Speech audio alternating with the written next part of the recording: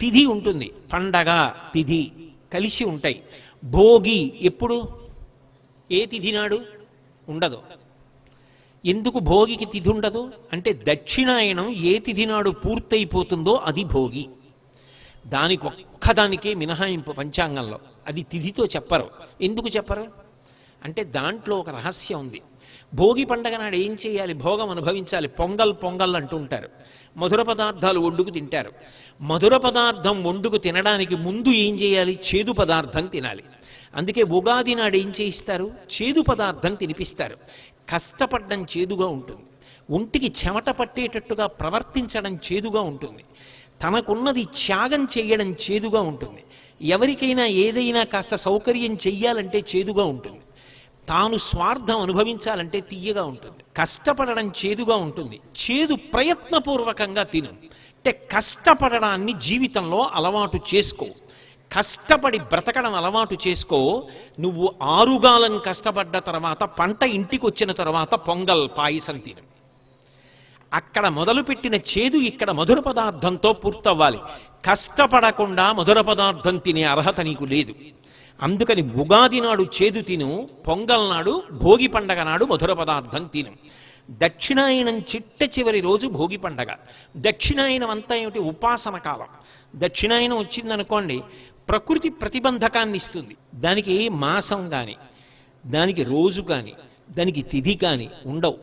దక్షిణాయనం ఏ రోజున పూర్తయిపోతుందో అది భోగి పండగ. ఎందుకు అలా చెప్తారు అంటే దక్షిణాయనం అంతా ఉపాసన చెయ్యాలి, భగవంతుని యొక్క అనుగ్రహము కలిగి ఆయన యొక్క దర్శనం అవుతుంది. ఆ భోగి జీవితంలో ఒక్కరోజైనా పొందగలిగిన వాడు ఎవరుంటాడో వాడు భోగం అనుభవించినవాడు. అందుకని భోగి పండగ అన్నది వచ్చింది ఉపాసన రీత్యా. ఉపాసన అంటే మీరు ఒకటి గుర్తుపెట్టుకోవాలి, ఉపాసన అంటే ఏమిటంటే ఉప అంటే దగ్గరగా, ఆసన అంటే కూర్చుండుట. దగ్గరగా కూర్చుండుట అన్న మాటకు అర్థం ఏదో భగవంతుడి మూర్తి పెట్టుకుని దగ్గరగా కూర్చోమ్మని కాదు, మనసు లోపల దగ్గరగా ఉండుట, అది ఉపాసన. అలా ఉపాసన చెయ్యగా చెయ్యగా చెయ్యగా పరమాత్మ సంతోషిస్తాడు. సంతోషించి ఆయన అనుగ్రహము ఏ రోజున పొందుతావో అది భోగి. అందుకే ఇప్పటికీ చూడండి, 84 లక్షల జీవరాశులలో ఏ జీవి విడిచిపెట్టిన మలమూత్రములైనా దుర్గంధభూయిష్టములు, ఒక్క ఆవు యొక్క మలమూత్రములు సుగంధభరితములు. గోశాలలోకి వెళ్ళి చూడండి, సువాసన వస్తుంది. పైగా అది లక్ష్మీ స్థానం, ఆవు పేడ యందు లక్ష్మి ఉంటుంది. అందుకని ఆడపిల్లతో ఆ గొబ్బిళ్ళు పెట్టిస్తారు. ఎందుకు పెట్టిస్తారు అంటే ఆడపిల్ల ఎందుకండి మగపిల్లవాడితో ఎందుకు పెట్టించరు అంటారేమో. మగపిల్లవాడు ఒకవైపు ఉన్నటువంటి వంశాన్ని మాత్రమే తరింపచేస్తాడు, ఆడపిల్ల 2 వంశాలని తరింప చెయ్యగలిగిన శక్తితో ఉంటుంది. ఈ కాలమునందు లక్ష్మీదేవి అనుగ్రహం కలిగే సమయం కాబట్టి ఆవు పేడతో గొబ్బెమ్మలు చేయించి బంతిపూలు పెట్టించి ప్రదక్షిణం చేయిస్తూ గొబ్బెమ్మల మీద పాటలు పాడతారు. ఆ పాటలలో వాళ్ళు సంతోషాన్ని పొందుతారు. భోగి పండగకి ముందు ఈ గొబ్బెమ్మలన్నిటినీ కూడా కన్యపిల్లలతో పూజ చేయించి ప్రతిరోజు తల్లులు పులగం వండి నైవేద్యం పెట్టించి ఆ పులగాన్ని పెడతారు. కన్యపిల్లలందరినీ పిలిచి ఈ గొబ్బెమ్మలకి పూజలు చేయించి పులగం సైంధవలవనంతో ఈ పాళ్లలోనే ప్రతిరోజు వండించి అందరికీ ప్రసాదం పెడుతుంటాం.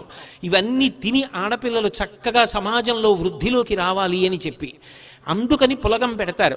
ఈ ఎండిపోయిన గొబ్బెమ్మలన్నింటినీ భోగి మంటలో వేసేస్తారు.